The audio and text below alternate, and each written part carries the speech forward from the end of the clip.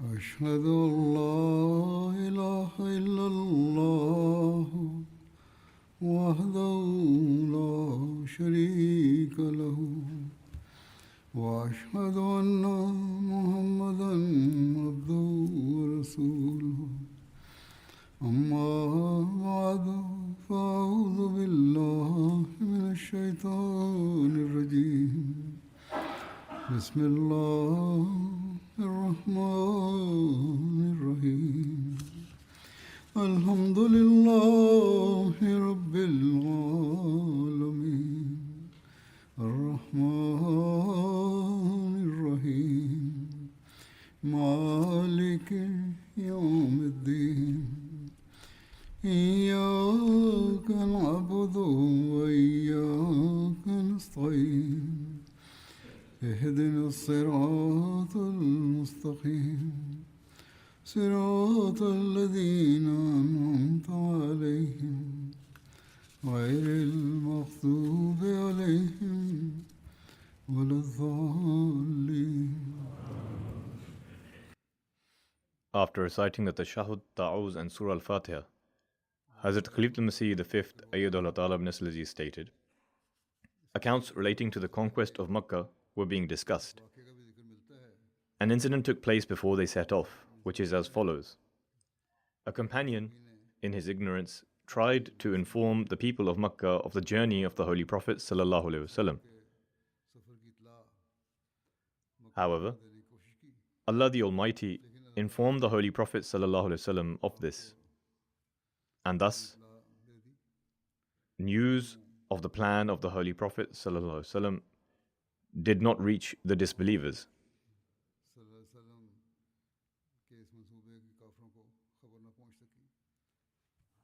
The details are recorded in the following manner. Whilst preparations were underway in Medina for the travel towards Makkah, a Badri companion, Hazrat Hatib bin Abi Balta, who was present in Medina, wrote a letter to the Quraysh in which he said that the Holy Prophet ﷺ was planning to travel towards them. He handed the letter to a woman who belonged to the Muzayna tribe. This woman was either named Qunud or Sara and was the bondswoman of an individual from the Banu Abdul Muttalib.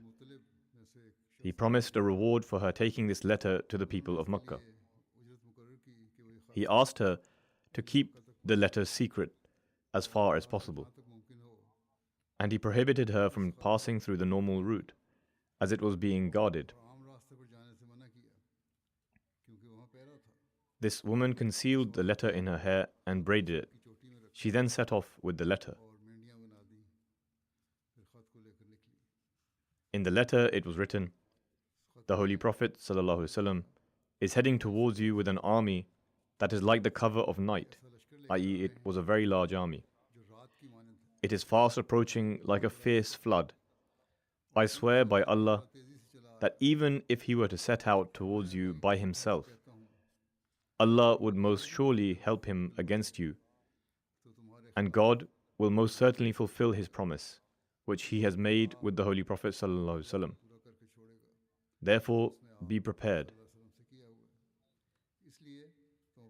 In another narration, it is recorded that the Holy Prophet ﷺ is about to set off with an army either towards you or towards another people. I am unable to say where exactly he is headed. In any case, you should be fully prepared. I hope that this news will serve as a favor of mine upon you. According to another narration, he sent this letter to Safwan bin Umayyah, Suhail bin Amr, and Ikrimah bin Abu Jahl.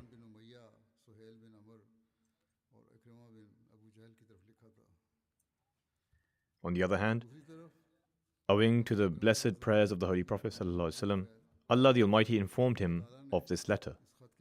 As such, the Holy Prophet called for Hazrat Ali. Hazrat Ali personally relates this incident and says, "The Holy Prophet ﷺ sent myself, Abu Marsad Ghanawi, and Zubair. All of us were horsemen. The Holy Prophet said that you should set out until you reach Rawda-e Khakh, the name of a place between Mecca and Medina. A woman from among the idolaters will be there. She has a letter for the idolaters from Hatib bin Abi Balta. Hence, we found her at the very place the Holy Prophet had pointed out as she was traveling on her camel. We told her to hand over the letter, but she replied that she did not have any letter. We made the camel to kneel down and began searching, but did not find any letter. We said that the Holy Prophet ﷺ could not be wrong. You must hand the letter over, or else we will strip you down and conduct a full search. When she saw our firmness, she leaned to one side and took out a cloth that she had tied to her waist and handed it to us. According to another narration in Sahih Bukhari, the woman had hidden it within her hair from where it was retrieved. There are two narrations. We brought this woman before the Holy Prophet ﷺ. Hazrat Umar radiallahu anhu said, O Messenger of Allah sallallahu alaihi wasallam, this man, i.e. Hatib, the companion who wrote the letter, has committed treachery against Allah, His Messenger, and the believers. Permit me to strike off his head. The Holy Prophet turned to Hatib and said, What compelled you to do what you did? Why did you write this letter? Hatib replied, By Allah, it is not that I do not believe in Allah and His Messenger. I am among those who believe, and this was not an act of rebellion. He said, The reason I did it was that I wanted to do a favor to the Quraysh, hoping that in return Allah would protect my family and possessions. Among your other companions, every single one of them has relatives in Makkah through whom Allah protects their families and properties. The Holy Prophet ﷺ said, He has spoken the truth. Do not say anything but good about him. He has said the truth, i.e., he made a mistake out of innocence. Then the Holy Prophet ﷺ said to Hazrat Umar, Was he not present at the Battle of Badr?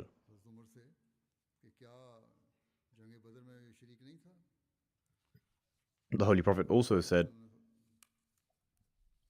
Verily, Allah looked to the people of Badr and said, Do as you please, for paradise has been made obligatory for you, or I have forgiven you. Upon hearing this, tears flowed from Hazrat Umar's eyes, and he said, Allah and His Messenger know best.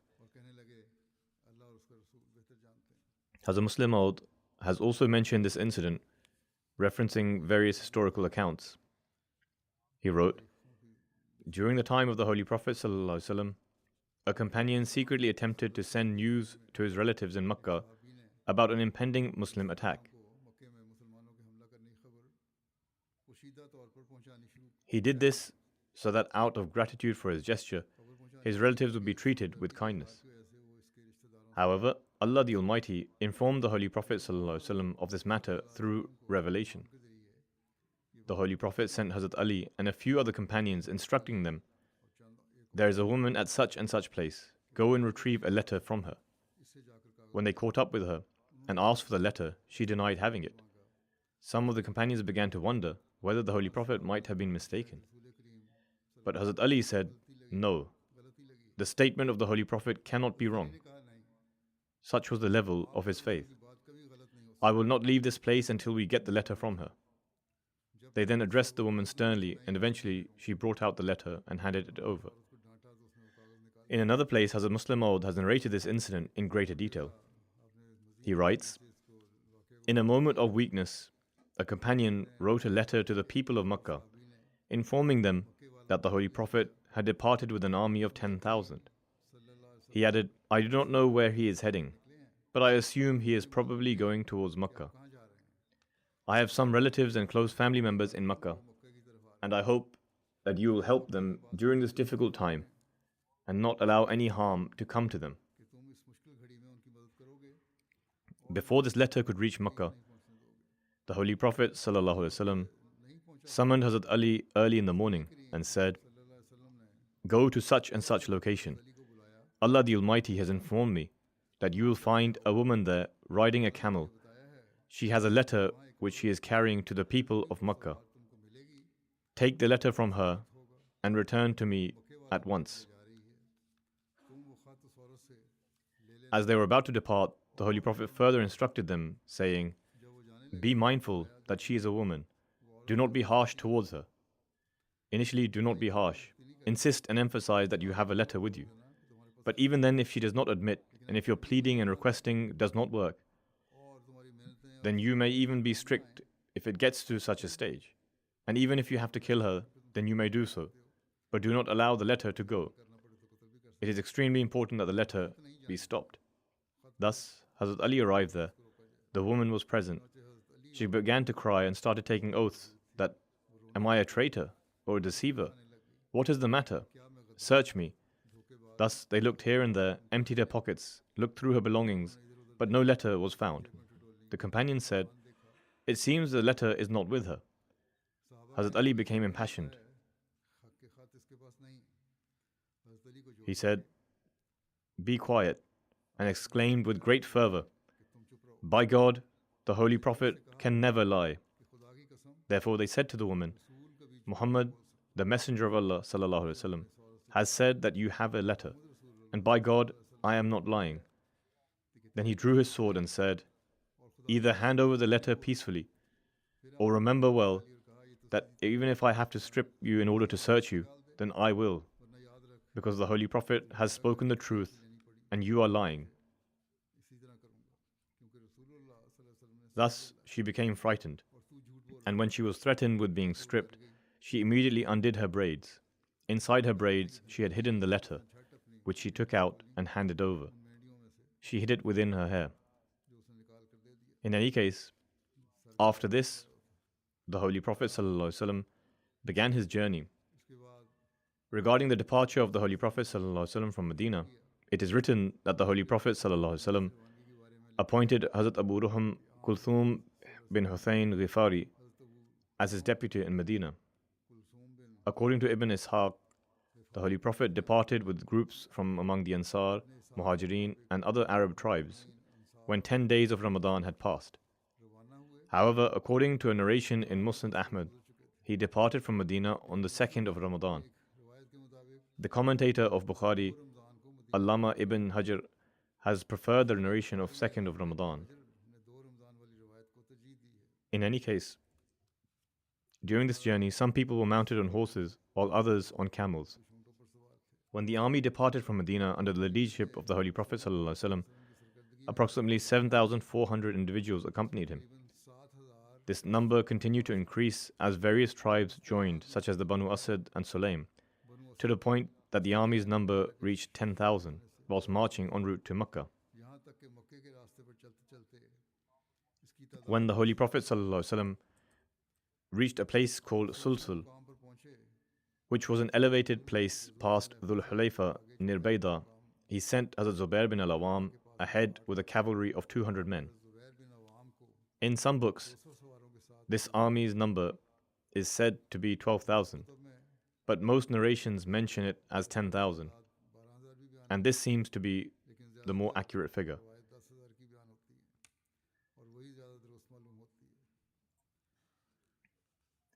Hazrat Muslim Maud radhiyallahu anhu describes this incident in the following way. At this time, the Holy Prophet dispatched messengers in all directions to the Muslim tribes. And when reports were received that the Muslim tribes were ready and would join along the route of the march to Mecca, the Holy Prophet ﷺ instructed the people of Medina to take up their arms. On the 1st of January 630 CE, that is the 10th of Ramadan 8 Hijri, the army departed from Medina, and along the way, Muslim tribes joined from all 4 directions. Hazrat Muslim Maud has also written that it was 10th of Ramadan. After traveling past a few locations, when this army entered the wilderness of Faran, its number had reached 10,000, exactly in accordance with the prophecy of Prophet Solomon.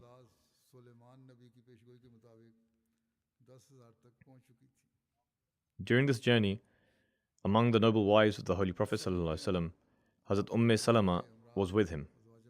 According to some narrations, al-Mu'mineen Hazrat Maymuna also accompanied him.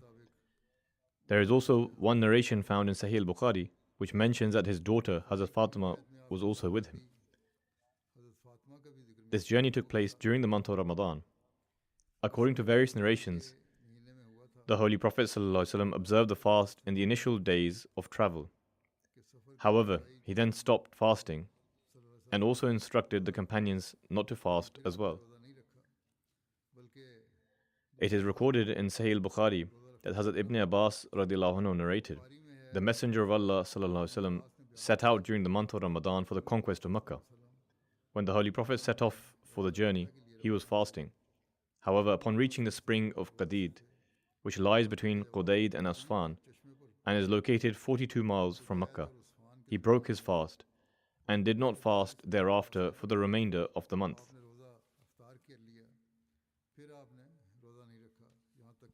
This is a narration from Sahih al-Bukhari. Another narration from Bukhari, also reported by Hazrat Ibn Abbas, states, the Holy Prophet departed from Medina during Ramadan with an army of 10,000 men. This event occurred approximately 8.5 years after his migration to Medina. The Holy Prophet ﷺ set out towards Makkah. He and his companions observed the fast until they reached Qadid, a spring situated between Usfan and Qudayd, where the Holy Prophet ﷺ broke his fast, and the companions also followed suit. The commentator of Sahih al-Bukhari, Allama ibn Hajar, notes that the idea suggesting that the Holy Prophet broke his fast on the very day of departure from Medina is incorrect, as the distance between Medina and Qadid spans several days. With regard to the exact location where the Holy Prophet and his companions broke their fast, various narrations mention different places. In this connection, Allama al-Aini, another commentator of Bukhari, provides further details. Some narrations mention that the fast was broken in Qadid. According to Allama al-Aini, there is a difference of opinion regarding to the location where the Holy Prophet broke his fast whilst traveling, as some have mentioned Usfan instead of Qadid, and others have mentioned Qura al-Ghamim or Qudayd. According to Qazi Ayaz, while narrations differ concerning the precise location where the fast was broken, the event itself is consistently narrated. All locations mentioned lie in close proximity within the Usfan region. The Holy Prophet ﷺ set out from Arsh. He observed a female dog nursing her pups along the way. This incident has also been recorded, demonstrating the deep compassion the Holy Prophet had for animals. The Holy Prophet instructed Hazrat Ju'ayr bin Suraka to stand guard near her to ensure that neither she nor her offspring were disturbed by the advancing army.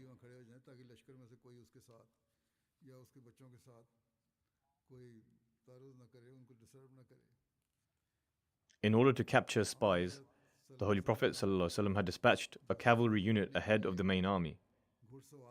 The tribe of Banu Quza'a had done the same and would block anyone passing by. The other tribe had also impeded the passage. The cavalry unit dispatched by the Holy Prophet ﷺ captured a spy from the Hawazin tribe and brought him before the Holy Prophet ﷺ. Upon inquiry, the spy revealed that the Hawazin were assembling forces against the Muslims. The Holy Prophet responded, saying, Allah is sufficient for us, and He is the best of planners. The Holy Prophet ﷺ then ordered Hazrat Khalid bin Walid to detain the spy so that he could not return and alert his people. When the Holy Prophet ﷺ reached Qudayd, the tribe of Banu Sulaym, numbering around 1,000, joined his ranks.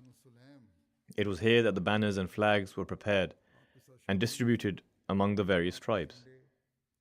The formation of the army at Qudayd was organized based on their tribes. Each tribal unit was placed under the command of a leader from their own people. The Ansar were divided into 12 units based on their tribes, 6 from the Aus and 6 from the Khazraj. As for the Muhajirin, 3 banners were held by Hazrat Ali bin Abi Talib, Hazrat Zubair bin Al-Awwam, and Hazrat Saad bin Abi Waqqas.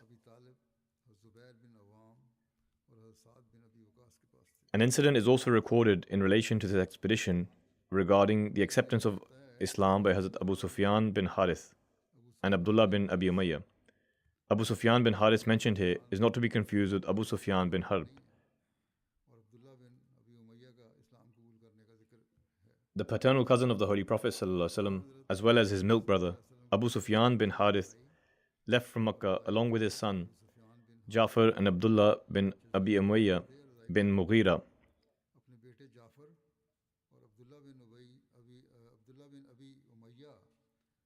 And met the Holy Prophet ﷺ at Saniyat al-Aqab, which was situated between Makkah and Medina. Since both of them were extremely staunch enemies of the Holy Prophet, therefore they did not have the courage to come directly before the Holy Prophet. Hazrat Salama, who was the sister of Abdullah bin Abi Umayyah, informed the Holy Prophet ﷺ that his paternal cousins, i.e. Abu Sufyan bin al-Harith and Abdullah, wished to meet him. The Holy Prophet ﷺ refused to meet with them and stated that his paternal cousin had sought to humiliate me. He was a poet and would compose poetry in order to humiliate the Holy Prophet. Moreover, the Holy Prophet stated that Abdullah had left no stone unturned in his enmity towards him whilst in Makkah. Therefore, he refused to meet them. When these words of the Holy Prophet reached Abu Sufyan bin Harith, he was overcome with emotion and said, "If Muhammad remains displeased with me and does not permit me to meet him, then along with this child of mine, who he had brought along with him, I will head out into the desert until I eventually die from hunger and thirst." When the Holy Prophet ﷺ heard this, he called both of them and granted them the honor of meeting him. Immediately the Holy Prophet's heart softened towards them. Thereafter they both embraced Islam and continued to practice their faith in the most excellent manner. An introduction to Abu Sufyan bin Harith is as follows. As previously mentioned, this Abu Sufyan is different. Islamic history prominently features 2 individuals named Abu Sufyan. The first Abu Sufyan was a leader of the Quraysh of Makkah and was married to Hind, known for chewing the liver of Hazrat Hamza. This Abu Sufyan is famously known as Abu Sufyan bin al-Harb. The other is Abu Sufyan bin Harith bin Abdul Muttalib, the paternal cousin of the Holy Prophet. Historians occasionally confuse the two due to the similarity in their names, mistakenly referring to Abu Sufyan bin Harb instead of Abu Sufyan bin Harith. For instance, during the Battle of Hunayn, when chaos briefly overtook the Muslims, it is recorded that Abu Sufyan was holding the bridle or stirrup of the Holy Prophet's mule, standing alongside him. Some historians mistakenly identify this person as Abu Sufyan bin Harb, but scholars generally agree that it was in fact Abu Sufyan bin Harith.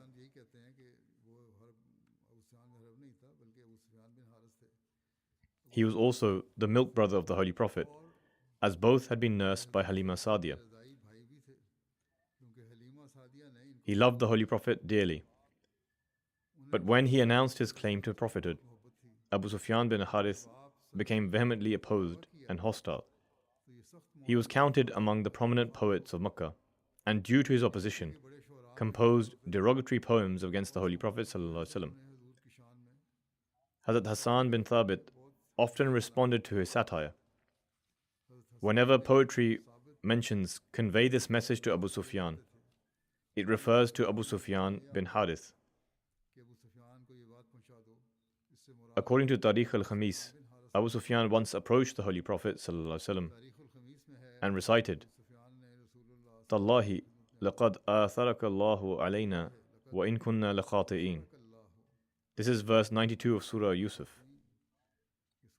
Tallahi laqad atharaka Allahu alayna وَإِن كُنَّا لَخَاطِئِينَ. The translation is, by Allah, surely has Allah preferred thee above us, and we have indeed been sinners. Upon hearing this, the Holy Prophet replied, لا تثريب عليكم اليوم يغفر الله لكم وهو أرحم الراحمين. No blame shall lie on you this day. May Allah forgive you, and He is the most merciful of those who show mercy. According to one account, Hazrat Ali advised Abu Sufyan to present himself before the Holy Prophet, reciting this verse, seeking forgiveness. At that moment, Abu Sufyan, out of sheer embarrassment, could not lift his head as he stood before the Holy Prophet ﷺ. Nevertheless, after accepting Islam, Abu Sufyan bin Harith, who previously wrote satirical poetry against the Holy Prophet, began composing poetry filled with deep love and reverence for him. Following his conversion, he wrote a heartfelt ode praising the Holy Prophet ﷺ. Abu Sufyan bin Harith was counted amongst those people who closely resembled the Holy Prophet in appearance. The Holy Prophet granted him glad tidings of paradise, and he is counted among the best of companions due to his exemplary adherence to Islam. 3 days before his demise, Abu Sufyan dug his own grave. When his end drew near, he instructed those around him, "Do not mourn over me. As from the day I embraced Islam, I have kept myself completely free from sin." At the time of the Holy Prophet's passing, Abu Sufyan expressed his profound grief through a moving elegy. Some translated verses read, "I am deeply restless, for the night refuses to end. And how long and dark is the night of the one afflicted. Weeping has brought me some measure of relief. Yet these tears are nothing compared to the anguish that has befallen the Muslims." The evening of the Prophet's demise, peace and blessings of Allah be upon him, was a night that magnified and deepened our grief beyond measure. It was as if the earth itself was about to overturn upon us, unable to bear the weight of this tragedy. He then wrote, "The passing of the Prophet, peace and blessings of Allah be upon him, the stream of revelation was brought to a close, and the Quran which Gabriel would carry morning and evening descends no more." And then whilst addressing Hazrat Fatima, he wrote, "O Fatima, if you shed tears upon this moment, then you do no wrong. And if you withhold your weeping, that is indeed the best path.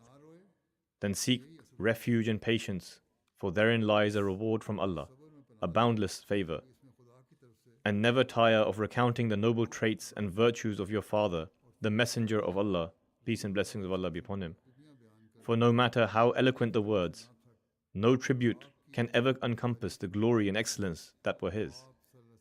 In this Arabic ode, he further states,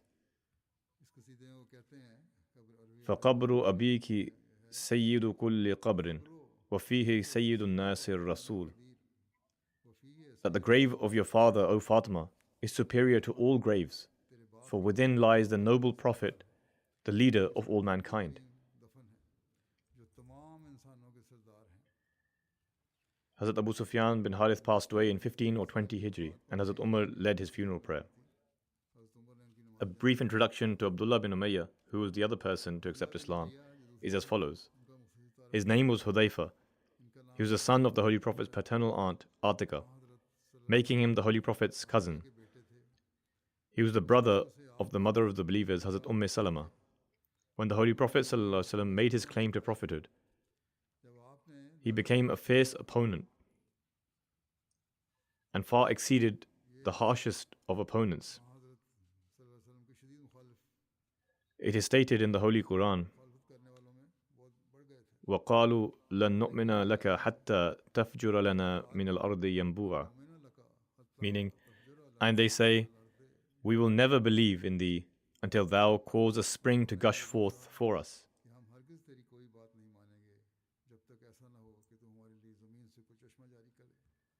It is said that the person who made this statement was the same Abdullah bin Abu Umayyah. However, after he accepted Islam, he fought with great devotion in the Battle of Hunain, and he was martyred in the expedition of Taif after being struck by an arrow.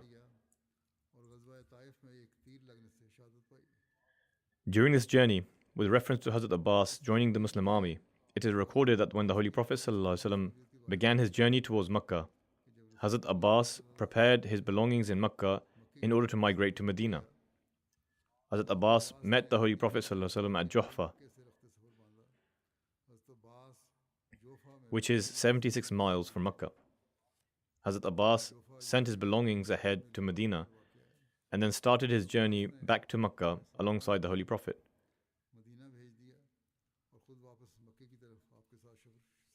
A brief introduction to Hazrat Abbas bin Abdul Muttalib is as follows. Hazrat Abbas bin Abdul Muttalib was the Holy Prophet's paternal uncle. He was 2 or 3 years older than the Holy Prophet. He was known by the title Abu Fadl due to his son Fadl bin Abbas. After Abu Talib, he became the Siqaya, meaning he was the person responsible for arranging water for the pilgrims. Hazrat Abbas was with the Holy Prophet ﷺ when the Ansar pledged allegiance to him at Aqaba. Hazrat Abbas also remained steadfast alongside the Holy Prophet during the Battle of Hunain. He passed away in 32 or 33 Hijri. There are various narrations regarding Hazrat Abbas's acceptance of Islam. According to some, he accepted Islam prior to the migration, while some say that he accepted Islam before the Battle of Badr. According to others, he accepted Islam around the time of the Battle of Khaybar, and there are those who say that he accepted Islam prior to the conquest of Makkah. According to the research of Hazrat Mirza Bashir Ahmed Sahib, up until the second pledge at Aqaba, Hazrat Abbas had not accepted Islam. Whilst writing about the second pledge at Aqaba, he says, the Holy Prophet ﷺ took his uncle Abbas along with him, who was still an idolater, but loved the Holy Prophet. It is most likely that Hazrat Abbas would have accepted Islam prior to the Battle of Badr. However, all historians agree that Hazrat Abbas accepted Islam while in Makkah, but did not make this known so that he could convey the news regarding Makkah and its people to the Holy Prophet ﷺ. Some narrations also state that the Holy Prophet ﷺ said to Hazrat Abbas, "It will be more beneficial for you to remain in Makkah." Hazrat Abu Bakr radiallahu anhu saw a dream about the conquest of Makkah, which is recorded as follows. Hazrat Abu Bakr presented his dream before the Holy Prophet ﷺ, saying, "O Messenger of Allah, I was shown a dream. I saw you in the dream. We reached near Makkah when a barking dog came towards us. When it came near us, it lay on its back and milk began flowing from it.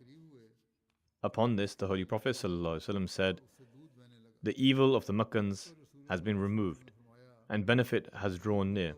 This was his interpretation. They will cite their ties with you, thereby seeking your protection, and you are acquainted with some of them." Then the Holy Prophet said to Hazrat Abu Bakr that if you come across Abu Sufyan, do not kill him. This was referring to the other Abu Sufyan. In any case, the Holy Prophet's army continued its journey, and the Holy Prophet set up camp at Marr al-Zuhran.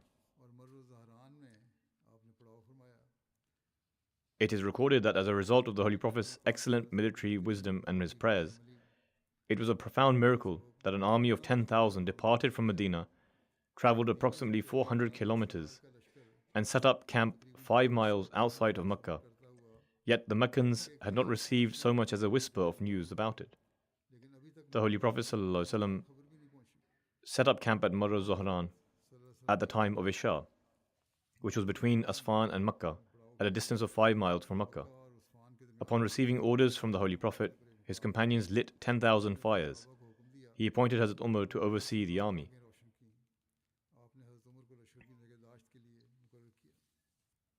Hazrat Muslim Maud radiallahu anhu writes about the Muslim army and how they reached Makkah undetected. He says, Apart from Ahzab, never had such a large army been assembled in the history of Arabia. There were 10 to 12,000 men at Ahzab, meaning the second largest army in the history of Arabia belonged to the Muslims. Yet such a large army departs from Medina, and no one knows about it. Then, Allah the Almighty miraculously shows that He sounds the drum which belongs to Him, while destroying the drum belonging to the enemy. Hence, when the Holy Prophet ﷺ departed, he said, "O my God, I beseech you to deafen the ears of the Meccans and blind their spies. Let them not see us, nor let them hear anything about us." When the Holy Prophet ﷺ departed, there were hundreds of hypocrites in Medina. Yet, when an army of 10,000 set out from Medina, news of it did not reach Mecca. Though there were 7,000 at the time, it was still a very large number, and people joined along the way. Yet, the hypocrites in Medina still never found it in them to convey this news. As it had been mentioned, the Quraysh or the Meccans had absolutely no knowledge about the Holy Prophet's departure, or even about him being right outside of Mecca. They were certainly afraid of an attack from the Holy Prophet, but they never expected that the Muslims would actually be able to attack them. Yet, the Meccans were certainly on alert to some degree, and they would patrol the surrounding areas at night. One night, Abu Sufyan was on patrol along with two chieftains of Mecca, Hakim bin Hizam and Budayl bin Warqa. They saw the army's tents and fires as though it was the fire of Arafat. They started guessing between themselves, saying that it must be the Banu Ka'b, meaning the Khuza'a, as they had enraged by the battle that just took place. Then they themselves began to say, as they were guessing, that it could not be them, as they did not have that many in numbers. Then they said that it must be the Banu Hawazin, but then they rejected that idea themselves. They kept on guessing until they heard the horses neighing and the sounds of camels. This struck great fear into them. As they were having this conversation, the spies commissioned by the Holy Prophet ﷺ, who were taking stock and patrolling the surrounding areas, captured them and brought them to the Holy Prophet. According to one narration, Allah the Almighty informed the Holy Prophet ﷺ in a vision about Abu Sufyan being near. Hazrat Abu Layla narrates, "We reached Marr al-Zahran alongside the Holy Prophet ﷺ. The Holy Prophet said, 'Go and get Abu Sufyan, who is in Iraq, which is the name of a valley near Mecca.' We went and detained him." Ibn Uqba has written, Abu Sufyan, Hakim bin Hizam, and Budayl bin Warqa did not know what had happened. This group of companions who were sent on as a reconnaissance mission went and detained him. They took hold of their reins of their camels. Abu Sufyan and his comrades asked who they were, to which they replied, they were the companions of the Holy Prophet ﷺ. Abu Sufyan said, "Has it ever happened that such a large army has descended upon a people, and they remained completely unaware? How could such a huge force arrive without any notice?" According to another narration, when the Holy Prophet ﷺ reached Marr al-Zahran, Hazrat Abbas experienced a change of heart towards the people of Mecca. So he mounted the Holy Prophet's white mule named Shahba and went towards the area of Iraq, thinking that perhaps he might find someone to send to Mecca to inform his people of the Prophet's arrival and ask them to come and seek a peace treaty from him before he entered the city by force. As he was thinking this, he heard the voices of Abu Sufyan, Hakim bin Hizam, and Budayl bin Warqa. Abu Sufyan was saying, "I have never seen a fire like this, nor an army like this before." And Budayl was saying, "By Allah, this is the fire of the people of God. Their desire for battle has inflamed their passions." Abu Sufyan responded, "By Allah, The people of God are few and weak. This cannot be their fire nor their army. Hazrat Abbas heard their voices and recognized them, and Abu Sufyan also recognized him. Hazrat Abbas brought Abu Sufyan to the Holy Prophet.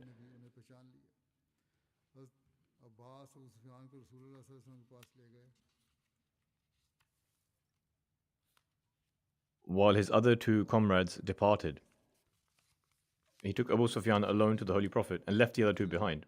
In one narration, Hazrat Abbas took the other two as well to the Holy Prophet. Both narrations have been related. Hazrat Muslim Maud has described the event in the following words. While the Muslim army was advancing towards Makkah, the people of Makkah, owing to the silence that had fallen upon the atmosphere, grew increasingly fearful. At last, after consultation, they persuaded Abu Sufyan to go out from the city and find out what the Muslims intended to do. After traveling a short distance from Makkah, Abu Sufyan stepped into the wilderness that was lit by countless fires. The Holy Prophet had ordered that every tent should have a fire lit before it, and 10,000 people with blazing fires in front of their tents in the wilderness was a scene that struck awe.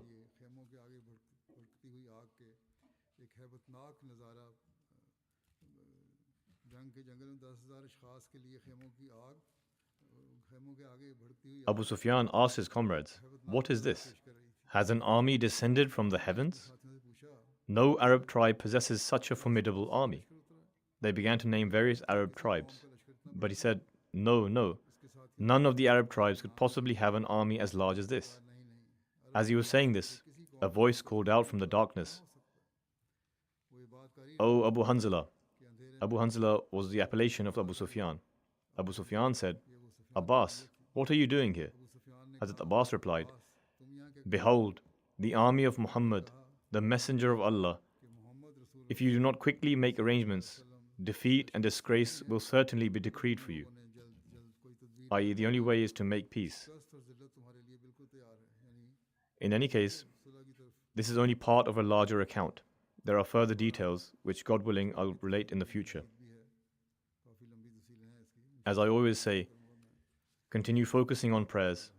May Allah the Almighty safeguard the world from the conflicts.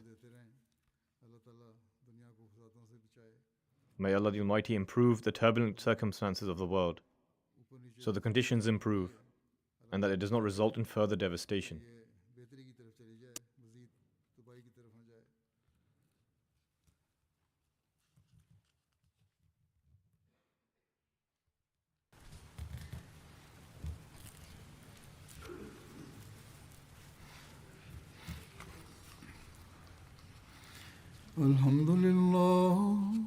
الحمد لله نحمده ونستعينه ونستغفره ونؤمن به ونتوكل عليه ونعوذ بالله من شرور أنفسنا ومن سيئات أعمالنا من يهده الله فلا مضل له ومن يضلل فلا هادي له ونشهد أن لا إله إلا الله ونشهد أن محمدا عبده ورسوله عباد الله رحمكم الله إن الله يأمر بالعدل والإحسان وإيتاء ذي القربى وينهى عن الفحشاء والمنكر والبغي يعظكم لعلكم تذكرون اذكروا الله يذكركم وادعوه يستجب لكم ولذكر الله أكبر